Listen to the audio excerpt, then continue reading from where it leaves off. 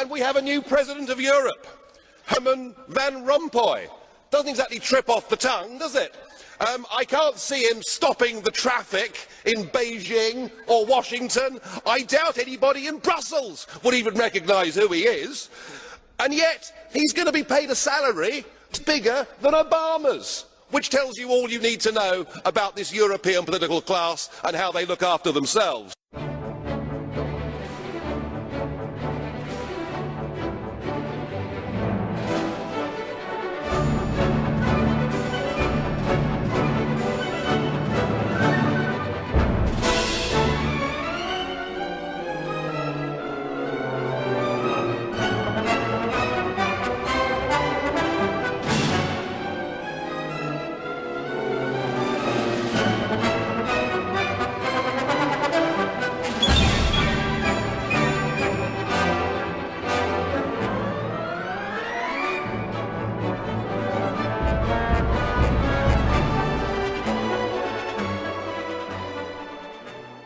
On open doors, on European armies, the voters will have their say next May, and I think there is going to be a radical change. I think there is going to be an earthquake in British politics.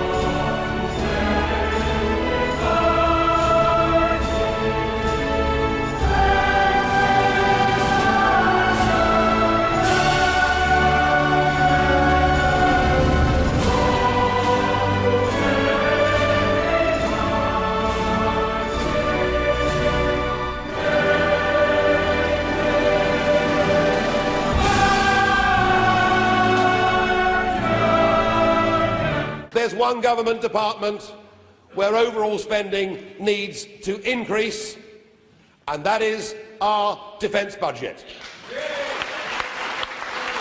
where successive governments have run down our army, our air force and our navy in a way that I think is shameful. We're not in a position to defend ourselves.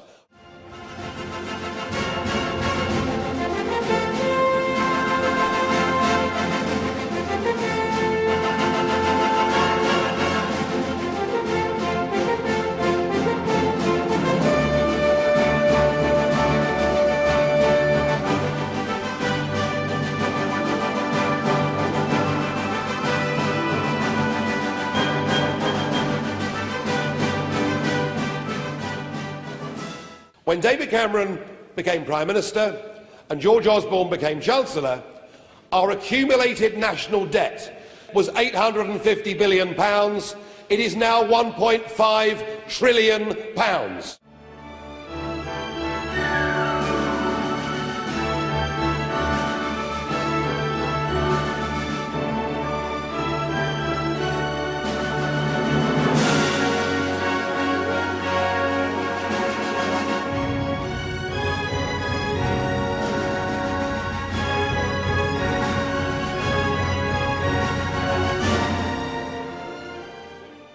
The beneficiaries have been the big businesses. The beneficiaries have been the big landowners, and we're told that this is a good thing because the gross domestic product of our country has risen. Well, what is the point of the gross domestic product of this country rising if living conditions for ordinary families have gone down? Something must be done.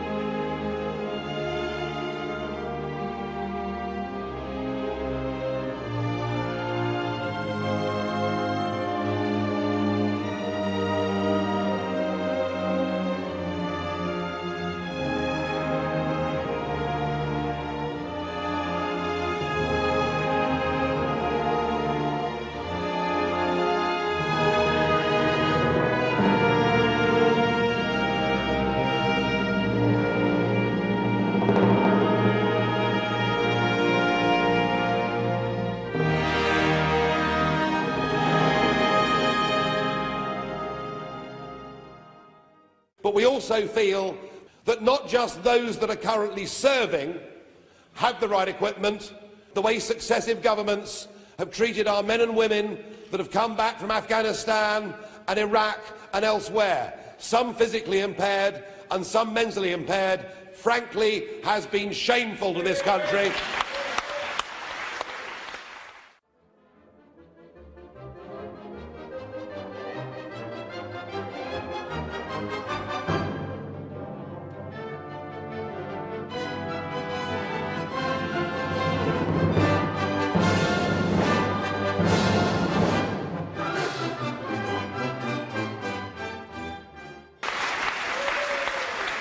And we would like to appoint a Veterans Minister. We would like to open up a specially dedicated military hospital, and we'd like to open up some hostels to former servicemen and women who've fallen on hard times.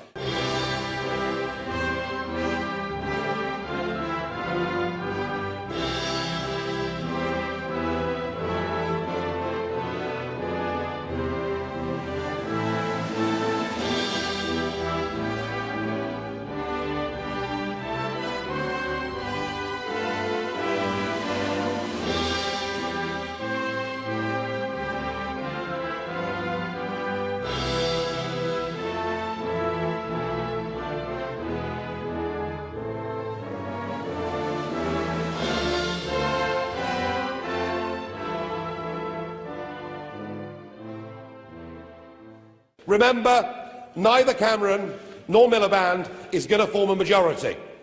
One will be the biggest party, but neither can form a majority. It'll be the other parties that ultimately decide the makeup of the next government, and I believe we've every chance of UKIP being part of that mix. I have every reason to believe that we can find ourselves on May the 8th in a position to change things.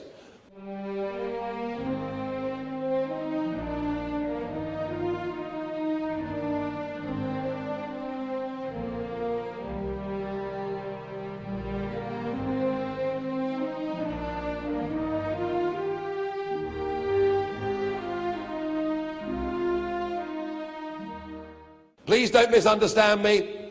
I don't want to sell out. I don't want a ministerial car, but I do want to drive the agenda in British politics in the next 5 years.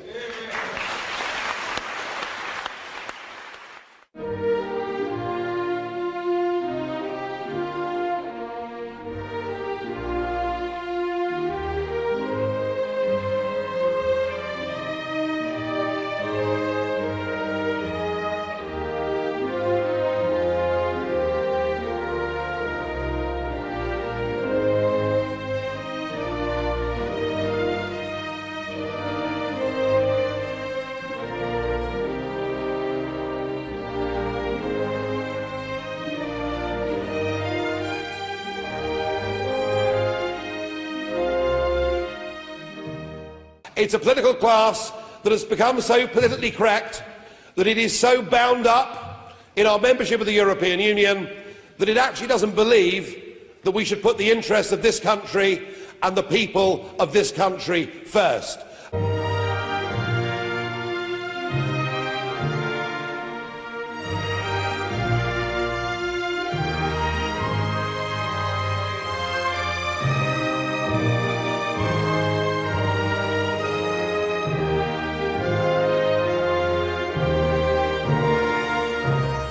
Because they may shout at me, they may throw abuse at me, but the fact is, if you don't run your own country, if you don't control your own borders, you're not the master of your own destiny.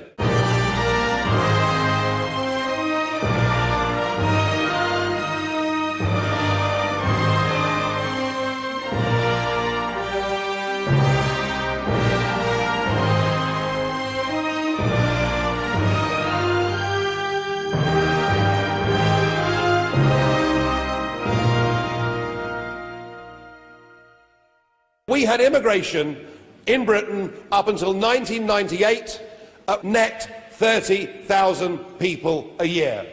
Now, because of the open door policy, it is 300,000 people a year coming into Britain, and we have no control over it whatsoever.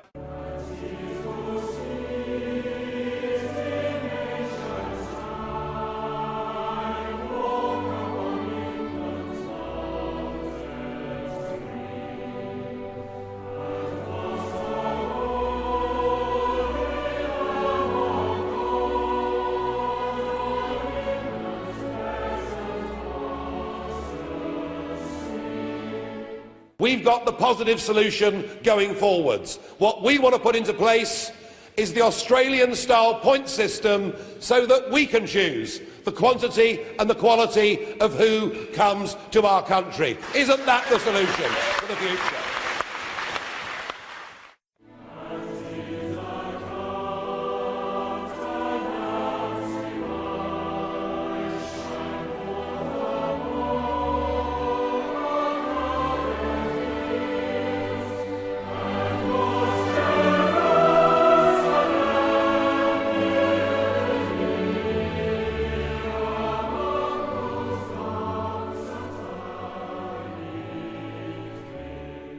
And what we have done, as a result of membership of the Common Fisheries Policy, we are now allowed to catch less than 20% of the fish that swim in British waters. The other 80% we've given away to the rest of Europe.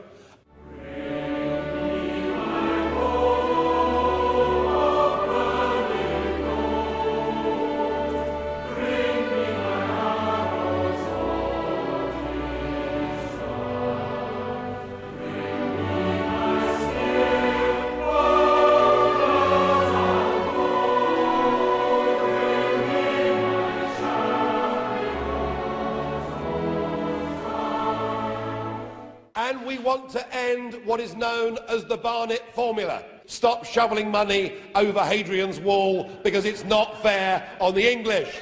All right?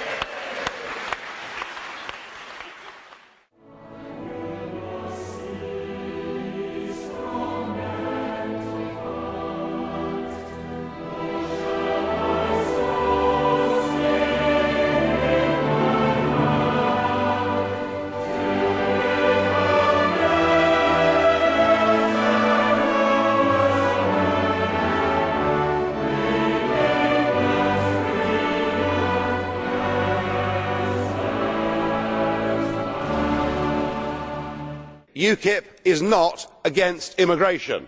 We welcome immigration. We want immigration, but we want an immigration system based, as the Australians do, by saying we want people who've got skills to bring to our country.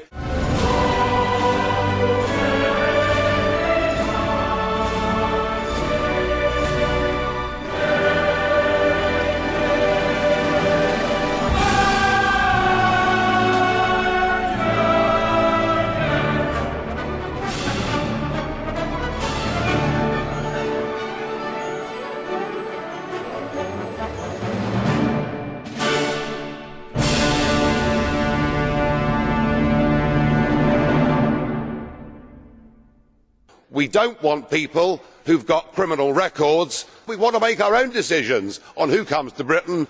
We are not discriminatory. We are not scapegoating. We just want to control our own borders and live in our own democracy, and we cannot do that as members of this European Union.